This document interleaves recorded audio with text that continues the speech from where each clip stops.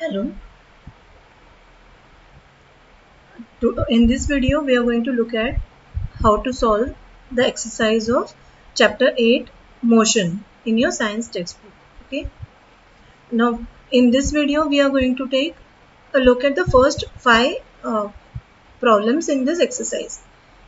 So, let us start with the first problem. An athlete completes one round of a circular track of diameter 200 meters in 40 seconds. What will be the distance covered and the displacement at the end of 2 minutes 20 seconds? Okay. So now first of all draw this diagram so that we can analyze and solve the problem properly. So we have drawn here a circular track. Okay. And this A is the position of the athlete. We have just suppose that the athlete starts at this point A. Okay. Now the diameter of this track is given as 200 meters, and the track length is nothing but the circumference of this track, that is pi into d. So 200 into pi, that is 200 pi meters. Also what is given is the time taken to complete one round of this track is 40 seconds, and we are asked to find out what is the distance covered and the displacement at the end of 2 minutes 20 seconds. So the total time is 2 minutes 20 seconds. We are converting this to seconds. So 2 into 60 plus 20 is 120 plus 20, that is 140 seconds. Now how many number of rounds will the athlete be actually covering in this time? So for example, say in the first 40 seconds one round is completed, then 80 seconds second round is completed. So similarly we have to find out how many rounds are getting completed in 140 seconds. So number of rounds is nothing but total time taken and divided by the time for one round, that is 140 upon 40. This comes to 3.5. So 3.5 rounds are getting completed in 140 seconds. Now the distance covered by the athlete in 140 seconds is the number of rounds multiplied by the track length. Okay. So what this means is in 40 seconds one track length is completed. So in 140 seconds how much distance or how much the athlete is going to run. So 3.5 into 200 pi, number of rounds is 3.5 and the track length is 200 pi. So this comes to 700 pi. Now here we are taking the value of pi, which is 22.7, and 700 can get cancelled. So 700 will become 100. So 100 into 22 is 2200, that is 2200 meters, or you can say that it is 2.2 kilometers. Now what is the displacement? Okay, so for this consider this diagram again. The starting position of this athlete is A. Okay, after 3 rounds he will come back to this position A, and then another half round. So after half round he will get to the point which is exactly opposite, diametrically opposite to A, correct? So this, the shortest distance from A to this position will be nothing but the diameter. So the displacement after 3.5 rounds is equal to the diameter, which is 200 meters. Thus the distance is 2200 meters, that is 2.2 kilometer, and the displacement is 200 meter after 140 seconds. So this is how you solve the first problem. So now let us take a look at the second one.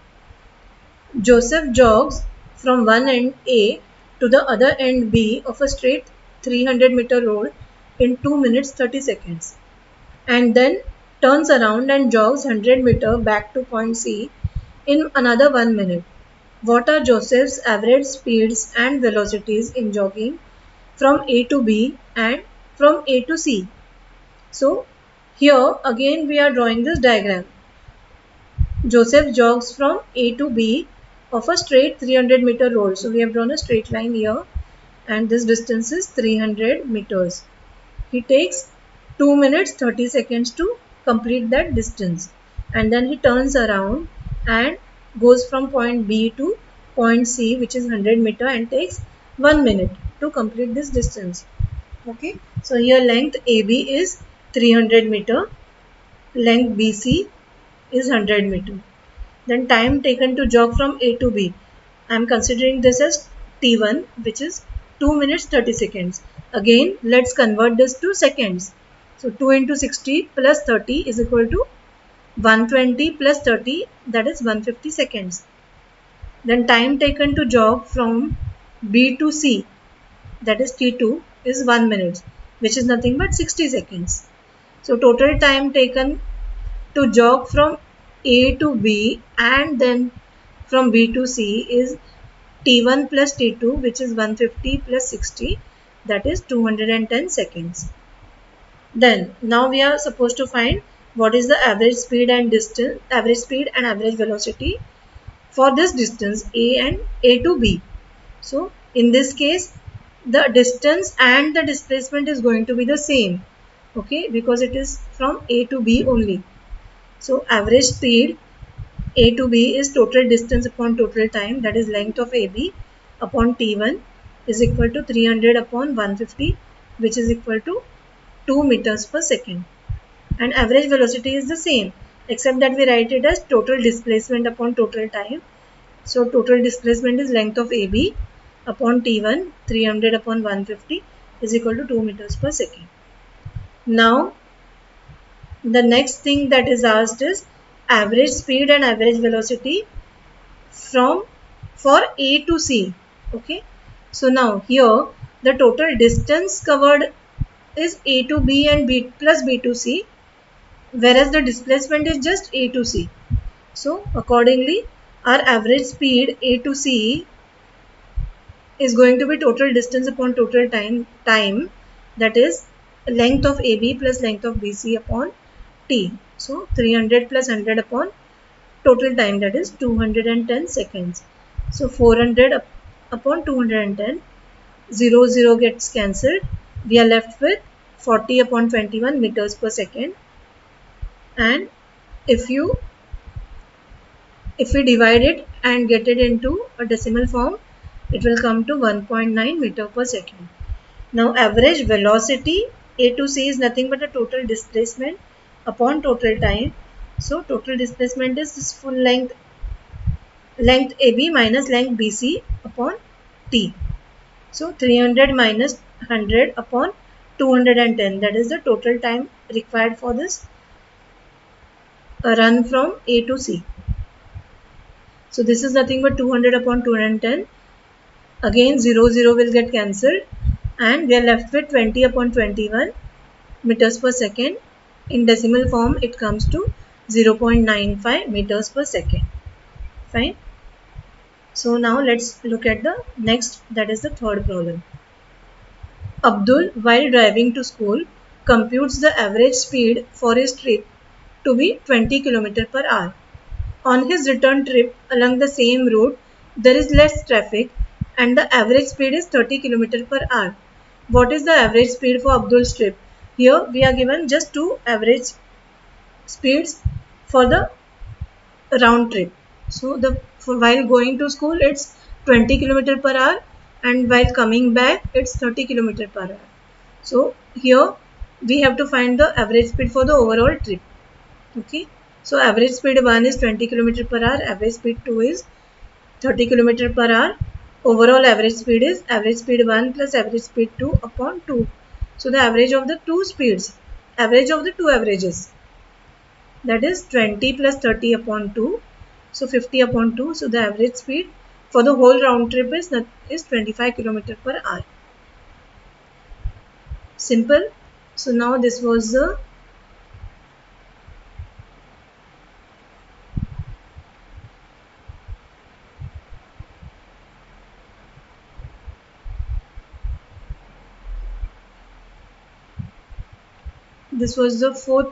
third problem, sorry, and this is the fourth one. A motorboat starting from rest on a lake accelerates in a straight line at a constant rate of 3.0 meter per second square for 8 seconds. How far does the boat travel during this time? Now here, let us look at what all is given. A motorboat is starting from rest. So when it starts from rest, the initial velocity u, sorry, this should be written by small u. So 0 u is equal to 0 meter per second, and it accelerates in a straight line at a constant rate. So this is nothing but uniform acceleration. So a is equal to 3 meter per second square, and how long is this acceleration? It is for 8 seconds. So t is 8 seconds, time t is 8 seconds, and we are asked to find how far does this boat travel. So we want to find s. Okay, so now which equation we'll need to use here is this one. S is equal to ut plus half at square. You know you know t, here you know a, so you can easily find s by using this formula. So s is equal to ut plus half at square. U is 0, so 0 into time t is 8, then plus half into 3 into 8 square. So 0 into 8 is 0, plus half into 3 into 8 square is 64. So cancelling 2 and 64, we have 2 gets cancelled and we remain divide 64 by 2, it comes to 32. So this is equal to 3 into 32. So 3 into 32 is 96 meters. Fine. Thus the boat travels 96 meters in 8.0 seconds. Then the next one, a driver of a car traveling at 52 km per hour applies the brakes and accelerates uniformly in the opposite direction. So this is nothing but retardation. So therefore the car stops in 5 seconds. Another driver going at 3 km per hour in another car applies his brakes slowly and stops in 10 seconds. On the same graph paper, plot the speed versus time graphs for the two cars. Which of the two cars traveled further after the brakes were applied? So here, this is how the graph is going to look. So this blue line is for car 1, which was traveling at 52 km per hour, and it stops in 5 seconds. Okay, so we have, this is a speed versus time graph. Okay, so this, on the y-axis we have taken speed in kilometers per hour as it is given over here, and the time is shown in seconds on the x-axis. So 0 second, 5 second, 10 second. So the first car is going, initially its initial velocity is 52 km per hour, and after the application of brakes it stops. So the final velocity becomes 0 at 5 seconds. So this line is going to be the graph for car 1, and for car 2, now it was traveling at only 3 km per hour. So whereas this is a 3 km per hour, and after applying brakes it is going to stop after 10 seconds. Okay, so this red line denotes the graph for the second car. Now what is asked is, which of the two cars traveled farther after the brakes were applied? So here we have learned that in a speed time graph, the distance is nothing but the area which is there under this graph. Okay, so we can see that there is a blue triangle. We can consider this triangle, and the area under this will be nothing but the distance covered by this car which was going at 52 kilometers. Similarly, there is another triangle which is the red triangle. Okay, the red line. Fine, the triangle under the red line. So the area under this triangle will be nothing but the distance covered by this car, the car 2. Okay, so the distance covered by car 1 is equal to area under the blue triangle. So this is nothing but half into base into height. Half into base is what?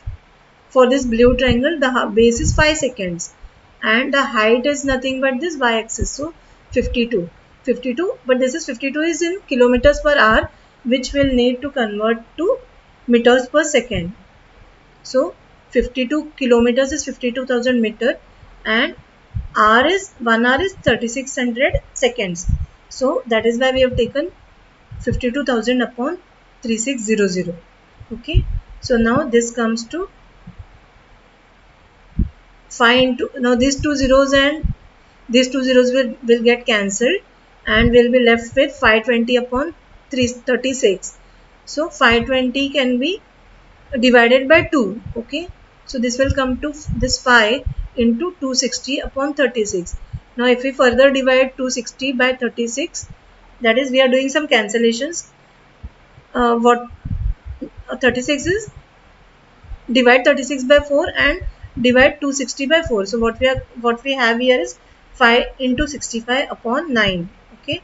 Then divide 65 by 9 and you get 7.22. Okay. So 5 into, so this is equal to 5 into 7.22, which is equal to 36.1 meters. So the blue car, this car stops in 36.1 meters after the application of brakes. Now distance covered by car 2. Okay. So similarly here, half base into height. Now half base is 10 seconds and height is 3 kilometers. So 3 kilometers is nothing but 3 kilometers per hour. Sorry. So 3 kilometers per hour is nothing but 3000 upon 3600. So this is half into 10 into 3000 upon 3600. Two zeros here are going to get cancelled out, and it will be, and I'm cancelling 2 and 10, which leaves us with 5. So this comes to 5 into 30 upon 36. Okay. So this will be, now again I'm cancelling 30 and 36. So 6 5s are 30, 6 6 are 36. So this becomes 5 into 5 upon 6, and which is nothing but 25 upon 6. And if we now do a division, it will come to 4.16 meters. Okay. Thus the car 1 travelled further after applying the brakes, which is 36.1 meters, and this is just 4.16 meters. So car 1 travelled more after application of brakes. So here we have completed the first 5 problems under this exercise, and in the next video we'll look at the next 5 problems.